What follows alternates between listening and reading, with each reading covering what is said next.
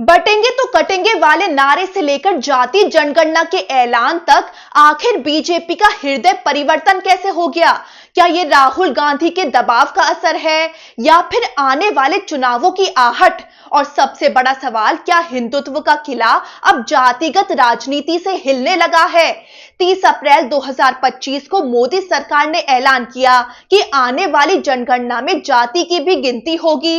अब ये वही सरकार है जिसने 2021 में सुप्रीम कोर्ट में हलफनामा देकर कहा था कि जाति जनगणना प्रशासनिक रूप से मुश्किल और अव्यावहारिक है। तो सवाल उठा, अब अचानक ये फैसला क्यों? क्या मोदी सरकार पर विपक्ष का दबाव रंग लाया या फिर बीजेपी के सामने बिहार और यूपी जैसे राज्यों में ओबीसी वोटों को साधने की मजबूरी खड़ी हो गई है? राहुल गांधी लगातार जाति जनगणना की मांग करते रहे। कांग्रेस शासित राज्यों में पहले ही जाति सर्वे हो चुका है। यहां तक कि पार्टी ने संविधान संशोधन का वादा किया है जिससे आरक्षण की 50% की सीमा भी बढ़ाई जा सके।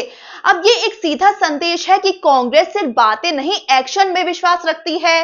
कांग्रेस को मालूम है कि अगर ओबीसी को साधना है तो सामाजिक न्याय को मुद्दा बनाना होगा, क्योंकि बिना ओबीसी के बीजेपी को हराना नामुमकिन है। 2019 तक ओबीसी का भारी समर्थन बीजेपी के पास था, 44% तक, लेकिन 2024 में गेम बदल गया। 2024 के लोकसभा चुनाव में बीजेपी बहुमत नहीं ला पाई और एनडीए की 400 पार वाली रणनीति फ्लॉप हो गई।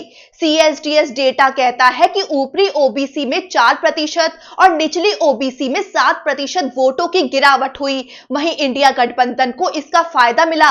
ऊपरी ओबीसी में 11% और निचली ओबीसी में 7% तक का फायदा मिला। 2024 के लोकसभा चुनाव में बीजेपी को बिहार में 9 सीटों का नुकसान झेलना पड़ा और यूपी में तो हाल और भी खराब हुआ। 28 सीटों की सीधी गिरावट हो गई। कुर्मी, कोयरी और अन्य पिछड़ी जातियों में भारी नाराजगी देखी गई और ये गिरावट सिर्फ आंकड़े नहीं, बीजेपी के लिए भविष्य की चुनावी चेतावनी के तौर पर देखी गई।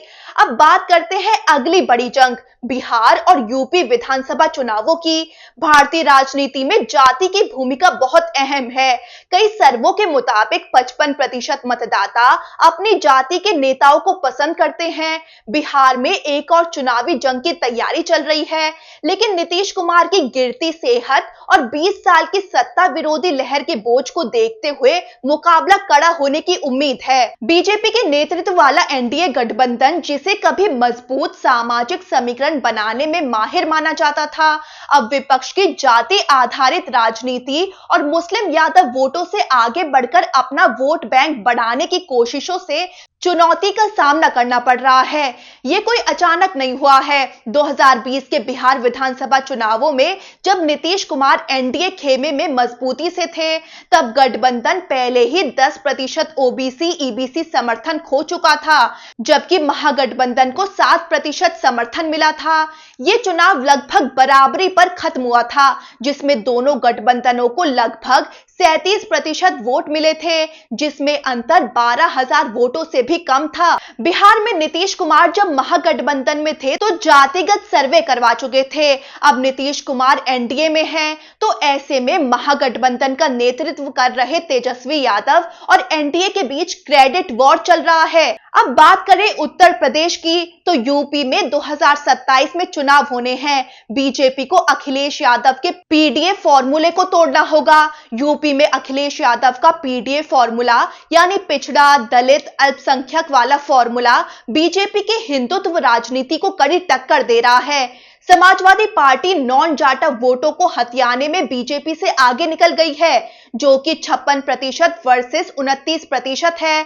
और अगर बसपा के 13% जाटा वोट भी सपा में खिसक गए तो यूपी का गणित पूरी तरह पलट सकता है और बीजेपी के लिए बड़ी मुश्किल हो सकती है। अब बात करते हैं बीजेपी के लिए जोखिम की, तो जातिगत जनगणना हिंदुत्व की यूनिटी को कमजोर कर सकती है। बीजेपी का वर्षों से बना नैरेटिव हिंदू एकता अब जातियों में बंट सकता है। शहरी और मिडिल क्लास वोटर इसे मंडल राजनीति की वापसी मान रहे हैं। ये वही तबका है जो बीजेपी को विकास और नई राजनीति का प्रतीक मानता था। तो क्या चुनाव में आंकड़ों को देखते हुए बीजेपी ने जातिगत जनगणना का फैसला मजबूरी में लिया है, या क्या राहुल गांधी और विपक्ष की रणनीति रंग ला रही है, या फिर ये बीजेपी का मास्टर स्ट्रोक है जिससे विपक्ष का मुद्दा ही खत्म हो गया है। दूसरी तरफ नैरेटिव ये भी बन रहा है कि बीजेपी अपने ही एजेंडे से पीछे हट रही है। सवाल कई है और जवाब आने वाले चुनाव में साफ हो जाएंगे। देखना होगा कि बीजेपी का ये राजनीतिक यू टर्न उसके लिए कैसा साबित होता है।